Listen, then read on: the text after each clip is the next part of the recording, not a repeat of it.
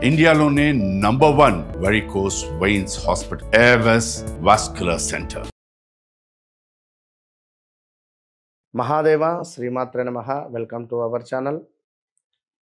మీ జన్మరాశి ప్రకారంగా ఏలినాటి శని, అష్టమ శని వస్తే ఏ విధమైనటువంటి ఇబ్బందులు ఉంటాయి, వ్యవహారిక నామం ప్రకారంగా వస్తే ఏ విధమైనటువంటి ఇబ్బందులు ఉంటాయి అంటే, ఫలానా రమేషు అతని పేరు, మరి అతని యొక్క జన్మజాతకం ప్రకారంగా మేషరాశి అయితే మరి మేషరాశికి సంబంధించినటువంటి ఫలితాలు ఉంటాయా, మరి రమేష్ అనేటువంటి వ్యక్తికి సంబంధించినటువంటి పేరు రీత్యా ఉండేటువంటివి ఉంటవా, ఏ రకంగా ఉంటుంది అనేటువంటిది తప్పకుండా తెలుసుకోవాలి.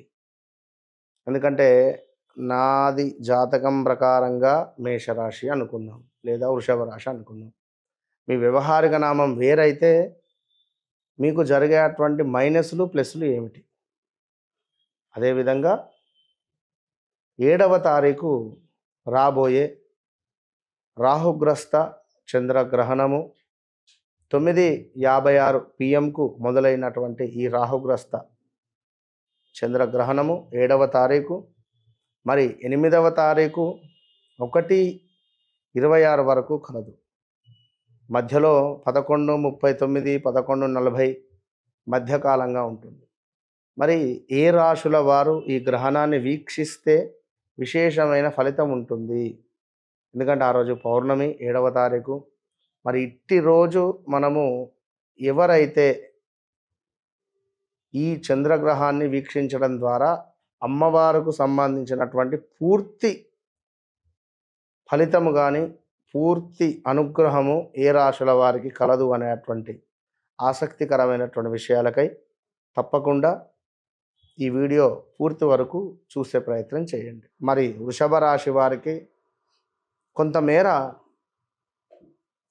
ఉద్యోగానికి సంబంధించినటువంటి ఎఫెక్ట్ తీవ్రంగా ఉండబోతుంది.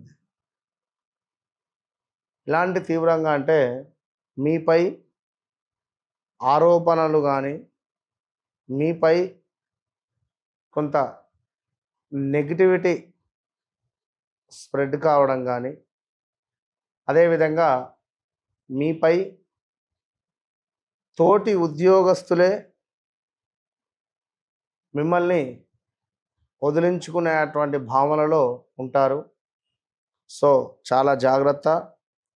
కుటుంబంలో కొద్దిపాటి సంతోషకరమైనటువంటి సంఘటనలు, విషాదకరమైనటువంటి ఇబ్బందులు.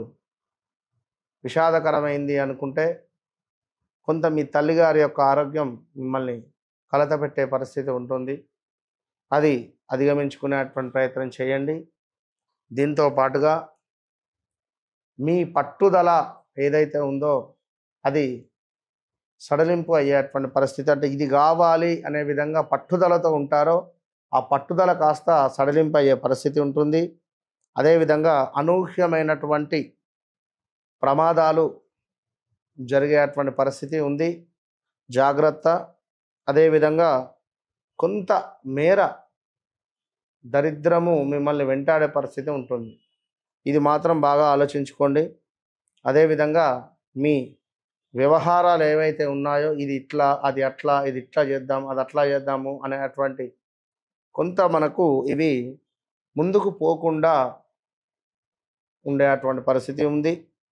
అదేవిధంగా బంధువులతో కానీ, మీ కొలీగ్స్తో కానీ, మీ చుట్టుపక్కల ఉండేటువంటి వారితో కానీ కొద్దిపాటి గొడవలు వాటిల్లేటువంటి ప్రమాదాలు, గొడవలు అయ్యేటువంటి సిచ్యువేషన్స్ క్రియేట్ అయ్యే పరిస్థితి ఉంటుంది. సో చాలా జాగ్రత్తగా ఉండాలి, ఓపికగా ఉండాలి.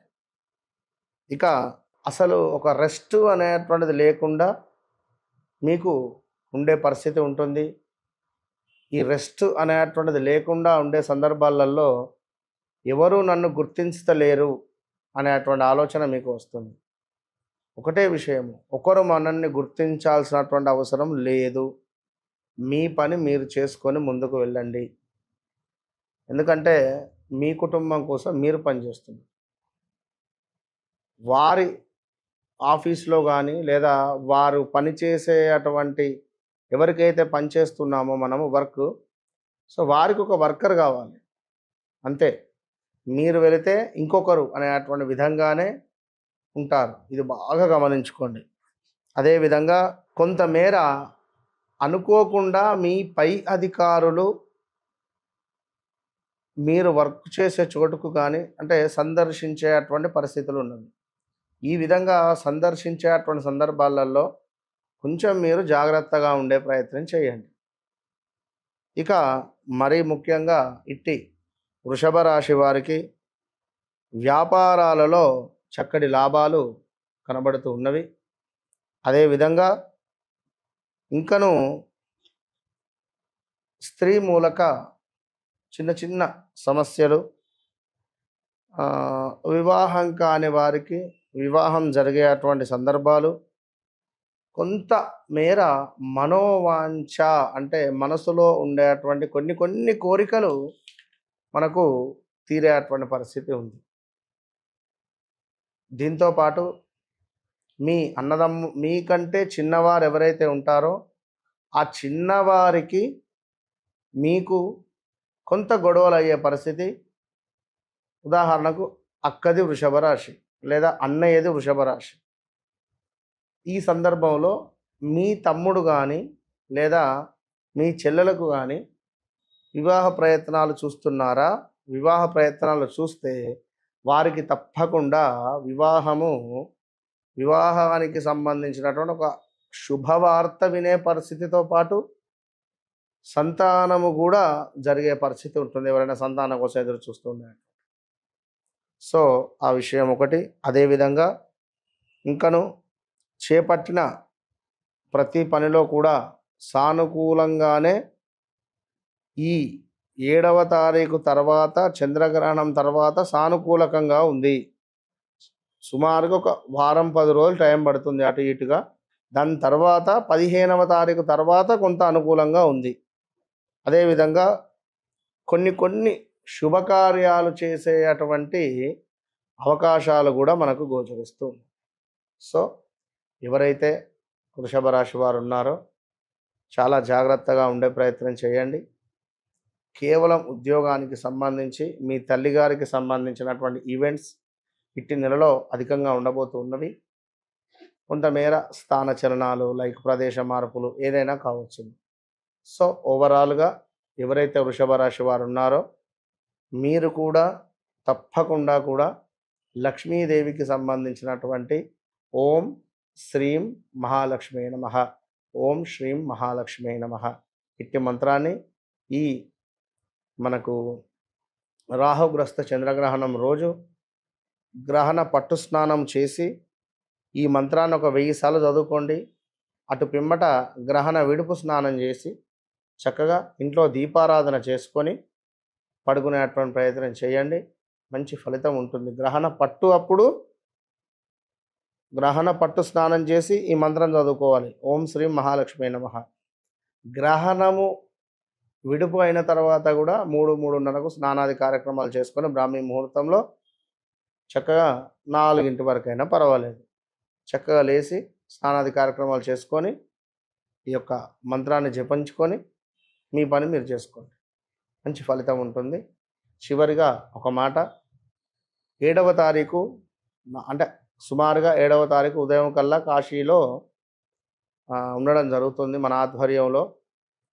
ఈ 9:56 నుండి అదేవిధంగా 1:26 వరకు సుమారుగా 3 వరకు మధ్యాహ్నం తెల్లవారుజామున ఈ సమయం వరకు కూడా విశేషమైనటువంటి జపాలు అదేవిధంగా హోమము కూడా నిర్వహించేటువంటి పరిస్థితి ఉంది. కనుక ఆసక్తి ఉన్నవారు మీ గోత్రనామాలకై కింద కనబడేటువంటి నెంబర్కి కాల్ చేయండి.